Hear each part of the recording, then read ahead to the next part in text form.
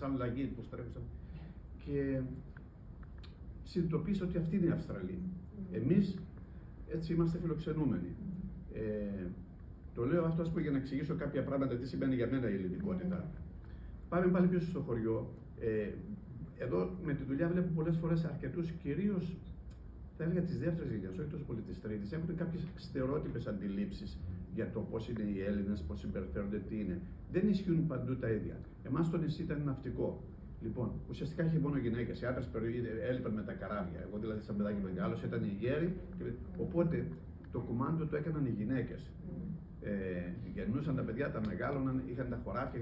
Οι άντρες τους ερχόταν σαν φιλοξενούμενοι για 2-3 εβδομάδες ή ένα μήνα. Έτσι. Αλλά και στο σπίτι μου, λόγω της μικρασιατικής καταγωγής, το τονίζω αυτό, υπήρχε αυτό το. 6 αδέρφια, 3 αγόρια και 3 κορίτσια. Αν υπήρχε διάκριση, ήταν κυρίως σε βάρος των αγοριών, όχι των κοριτσιών. Ο πατέρας μας που ήταν, καθίζαμε για φαγητό, έτσι σερβίριζε μάνα μου το φαγητό, έκοβε ο πατέρας του το ψωμί. Την πρώτη φέτα τη βάζε μπροστά της, το ποτήρι το νερό το βάζε μπροστά της, έναν λίγο κρασί το βάζε μπροστά της. Αυτά μπορεί να μην σας λένε πολλά, αλλά σημειολογικά λέγανε πάρα πολλά. Και εδώ όταν ήρθαμε στην Αυστραλία και βγαίνανε οι αδερφές μου έξω, του λέγανε εμπιστεύεσαι αυτούς που πηγαίνουν οι κόρες σου. Και έλεγε εμπιστεύομαι τα παιδιά μου. Γι' αυτό σας λέω, δεν ήταν όλοι οι άνθρωποι έτσι, με καταπιέσεις, στερεότυπα κτλ. Σας είπα λοιπόν για το. Επίσης, παιδί, διαβάζοντας ή σπουδάζοντας στην Ελλάδα, εγώ είχα επιλέξει να συγκρατήσω μια, πέστε τη ρομαντική, πέστε τη όπως θέλετε εικόνα για τους Έλληνες.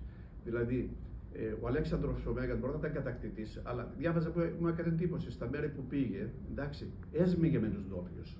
Έσμιγε με τους ντόπιους. Έτρωγε τα φαγητά τους, δινόταν αυτό.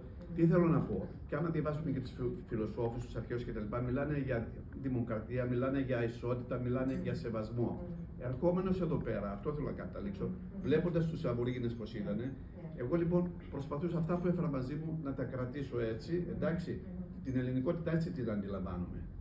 Έχουμε ιστορία, έχουμε μια πλούσια γλώσσα, αλλά ανακαλύψαμε τη δημοκρατία, αλλά όχι εθνικιστικά, όχι εθνικιστικά, σεβόμαστε όμως και όλους τους άλλους και συμμετέχουμε, έτσι, και δείχνουμε ανεκτικότητα. Τα παιδιά μου μιλάνε ελληνικά.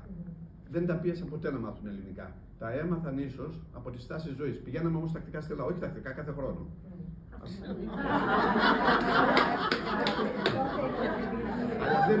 Αλλά δεν τους είπα όμως ποτέ θα μάθετε ελληνικά έτσι πιεστικά όπως βλέπω άλλους γονείς. Βέβαια ήταν και οι παππούδες που μιλούσαν, έτσι, και οι γιαγιάδες. Λοιπόν, τώρα ας πούμε, θα πω ένα παράδειγμα. Το ίδιο κάνει και ο γιος μου με τα εγγόνια μου. Πάνε και προχθές, πέρσι πάνω στην Ακρόπολη, μου έκανε εντύπωση ο εγγονός μου που λέει: παππού, λέει, οι αρχαίοι Έλληνες πίστευαν πιο πολύ στην ισότητα από τους νέους. Του λέω: γιατί? Να, μου λέει, είχαν, μου λέει, 12 θεούς, 6 γυναίκες και 6 άντρες. Και οι γυναίκες δεν ήταν τυχαίες, είχαν σοβαρά πορτοφόλιο, δηλαδή ήταν της Γεωργίας. Μετά είπε ένα παιδάκι: εγώ το ήξερα, δεν ήξερα τις λεπτομέρειες αυτές. Δηλαδή, το εισέπραξα από τα εγγόνια μου, λέω, κοίτα να δεις. Οπότε, όταν πάμε λοιπόν, για μας η Ελλάδα δεν είναι η Μύκονος και η Σαντορίνη και οι Ζορμπαντές, έτσι. Είναι άλλα πράγματα. Αυτό για μένα είναι ο ελληνισμός.